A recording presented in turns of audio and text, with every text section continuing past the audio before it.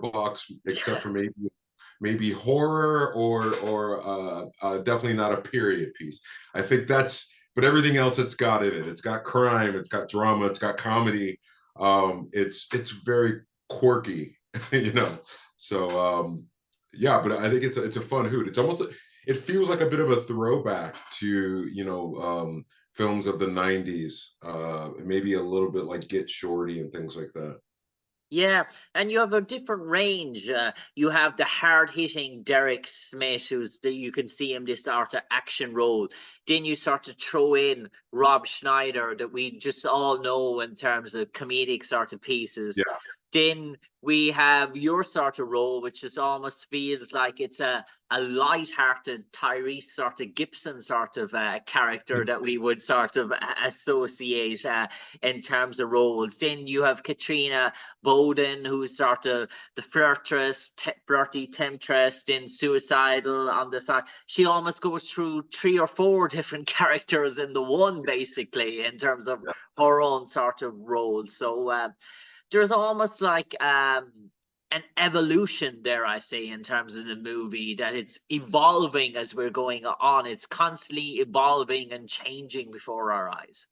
Yeah, most definitely, and I really appreciated, it was fun to kind of, I saw, playing my character as just, like one of those old private eye dramas, this jaded guy who just kind of, not quite like Columbo, but kind of, Yeah. jaded, going through solving this crime in the You're midst of. almost like a Magnum PI. You're almost like a Magnum Oh, PI for feel to it. You know Roger E. Mosley's character, TC. yeah, It's yeah, almost yeah. like a TC sort of vibe to your character. Yeah, yeah, exactly. And then, but on some levels, because as we with Rick, the writer director, and we were like forming this character. Fortunately, we were on the same page. It's like, so when I was like, oh, I think you should wear a hat, and then when he said, this is the car you drive, I'm like, oh, this is perfect, because it feels. I kept saying, oh, I feel like this character is a throwback to a different time, Yeah. even though he's in He's a like an modern. 80s, he's like an 80s Dirk Benedict, a bit of a face man to him as well. Yeah, As well. Yeah. exactly. And so it was fun to step in and do something like that, especially coming, off of Black Lightning. It was fun to do something completely different. And I mean, I was doing scenes that were so fun that I was like, I could do these things all day. And then watching everyone else, being in a scene with Rob Schneider was just a treat, because he just goes, I think the comedy and the sketch comedy, his chops, he just kind of improvises and goes in all these wonderful directions that you just get to play in. So that was a lot of fun too. Yeah, and I suppose with Rob, and you mentioned that comedic humor, there's an almost like a Joe Pesci sort of vibe to it in terms of a Yeah, throwback. You're almost like you're just saying, are these two related when you see Rob Schneider in terms of that? Because it's almost like you could have him as a double act, dare I say. yeah. I mean, the movie, which is great, I think it pulls from so many different recognizable, iconic characters and tropes and styles, so that, like, I think it'll be a hoot for audiences, because it's, they'll be able to pick and choose the things that they really identify with. But it was great for us as actors, because you could really clue into, like, oh, I know exactly the type of character I'm playing, I know the role I'm fitting in, because like you said, like the Joe Pesci type and things like that. Yeah, and in terms of Drake, what's apart from the singing, dare I say it, there's no singing for you in this sort of role. uh, Uh, but tell me, what type of character is Drake? Drake in Dead Wrong, not the Drake the rapper. yeah. Drake is his, excuse me, he's like an ex-military guy. He's lived quite a few lives, ex-military, law enforcement, and now he's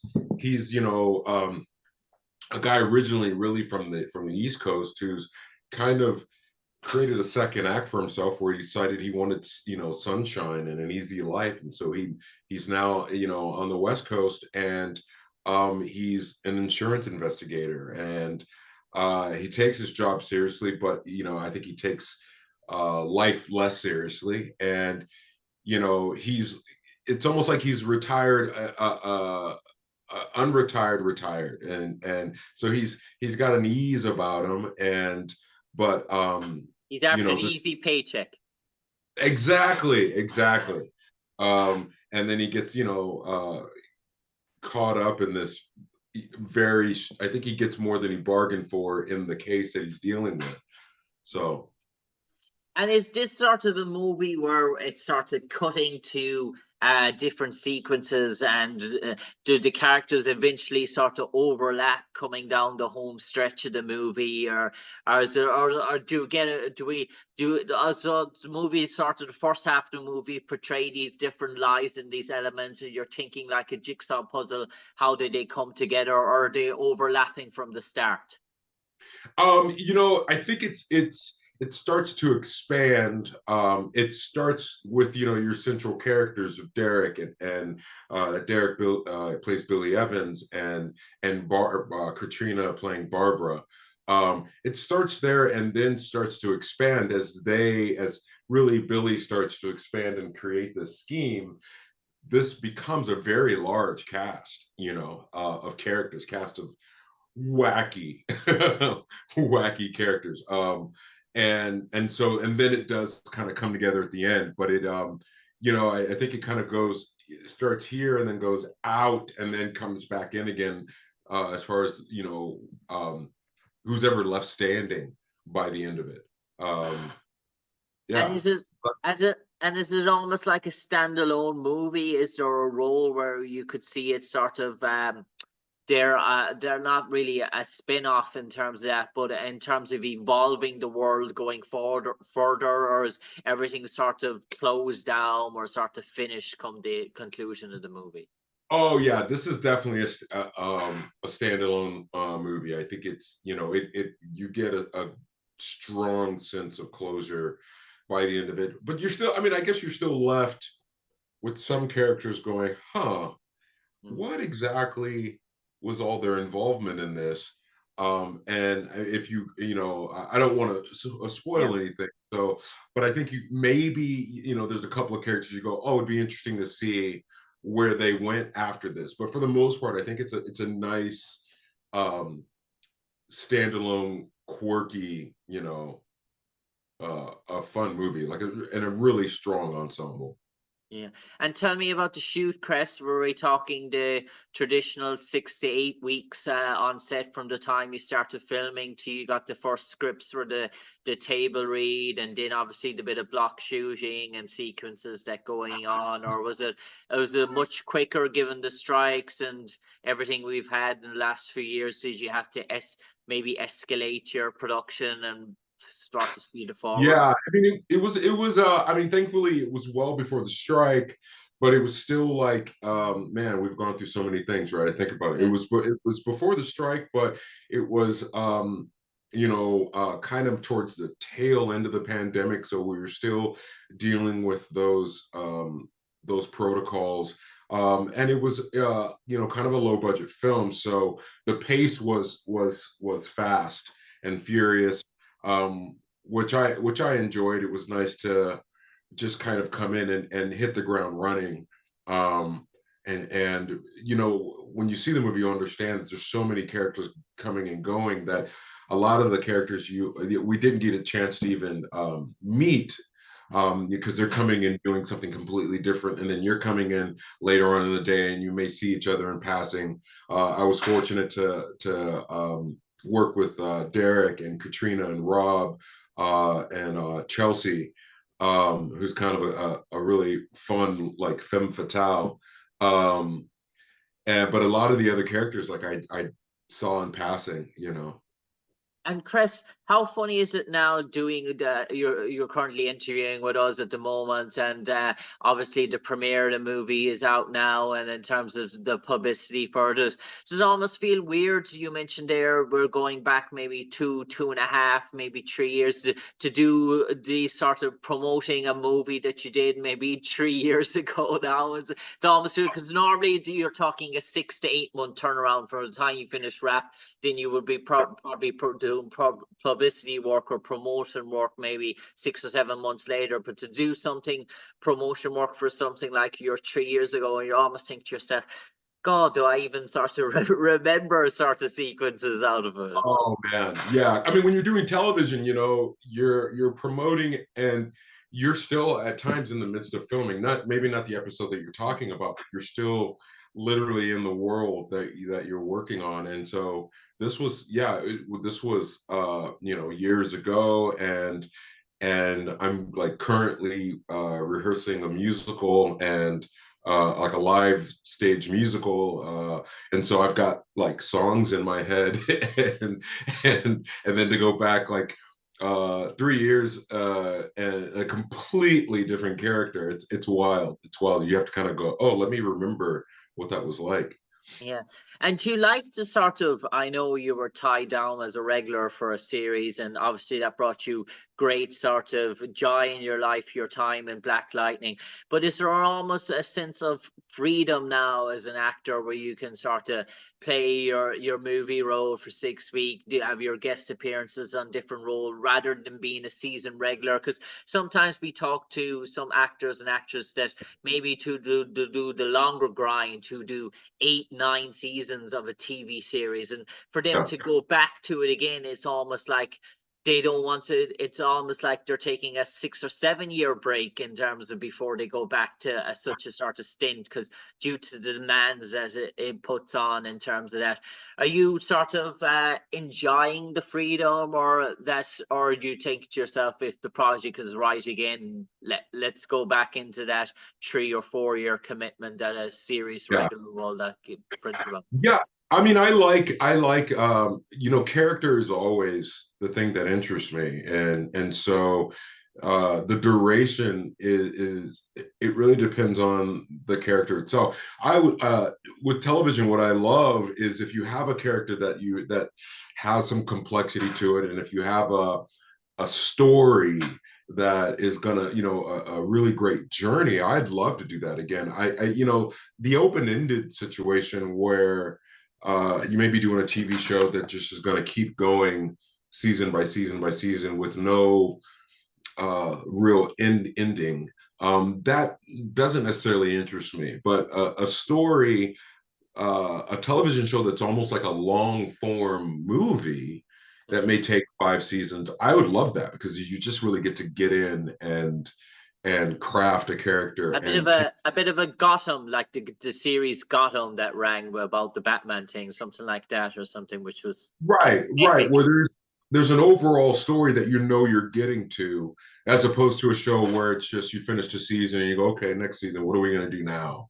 Like that is not as interesting to me. But I love telling a full beginning, middle, and end story. And if the character's complex enough, doing that over years. It's also a matter of liking a character. I think if I had to play a bad guy for that I didn't particularly like for a long period of time, that would be hard. Yeah. I like doing short stints of that. Yeah, and just one sort of story that came a question that came to mind right on the thing, because I know I'm doing a good lot of interviews now at the moment for Fallout and Halo, the sort of TV Oh, series. But yeah, those sort of big, massive computer game franchise, and that are yeah, now they're now turning their hand to making it big because there's such a massive following in terms of the gaming world, to make their jump now to the social media, the streaming platforms like Netflix and Amazon Prime. Those sort of roles that have such massive loyal fan bases and plots like that. it does seem to be becoming the norm, and there seem to be much popular gigs to get on. I know Fallout now, for example, is just the ratings are just going through the roof for it and Yeah. stuff like that. Are projects like that, would something like that you've come along your doorstep in the future? Would you like to jump on ship, dare I say? Yeah, that would be cool. I mean, like you talked about the popularity, first of all, that so of course that would be cool. And the scope, um, those shows tend to have pretty healthy budgets. And so Yeah. the scope of that, but also, to be perfectly honest, like I am a nerd at heart. And so my wife and I, we have a nightly date to play Baldur's Gate. And so we're heavily into that. I have played Halo. I haven't played Fallout, but I know that I have like a lot of nerd friends who um, uh, talk highly of, especially Fallout, which is the recent thing. Like everybody, I haven't yet to watch it because I've been playing video games with my wife. Walton Goggins is amazing in it. Absolutely Oh, he's amazing. such a good, yeah, but he's such a good character actor. And so that's like the first one. As soon as we finish our video game, that's the first thing we're gonna watch. I would love to be a part of it, part of those um one of those types of shows that are just high concept, um and high special effects. I think it would just, I like variety. So to be able to do that and go, okay, I did that. I have a tendency, like once I've done something, I'm like, okay, I did that. Now I want to do something different. So I would love to do that. And I suppose getting back to the point at hand, I suppose for the final 30 seconds, we'll turn it over to you now, turn it over to Drake, Cress Williams himself. Why should all our audience, our viewers, our listeners head out to the cinemas en masse on May the 21st, Yes. roll up in the planes, trains, automobiles, tractors, whatever mode of transport, get into that cinema, get your popcorn, get your Pepsi, your Maltesers, roll on down to the recliner seat, kick off the sandals, shoes, kick back, watch the entrances, the promos, see Dead Wrong come on their cinema screens, and Cress Williams, what's in store for them when they do? They're gonna have a great ride. I think it's worth going out because everything that you might expect, you're gonna be surprised. It's gonna just take you on a wonderful ride. If you're gonna go out and to make that trek, you want to go on a ride. You want to be transported. You want to have fun, and all of those things are in Dead Wrong. It's a comedy. It has a tinge of drama. It's quirky, it's dark, it's funny. You're in store for a great cast of characters and performances, and just popcorn is the best thing when you think about it. Just get a nice drink and some popcorn and enjoy the ride. On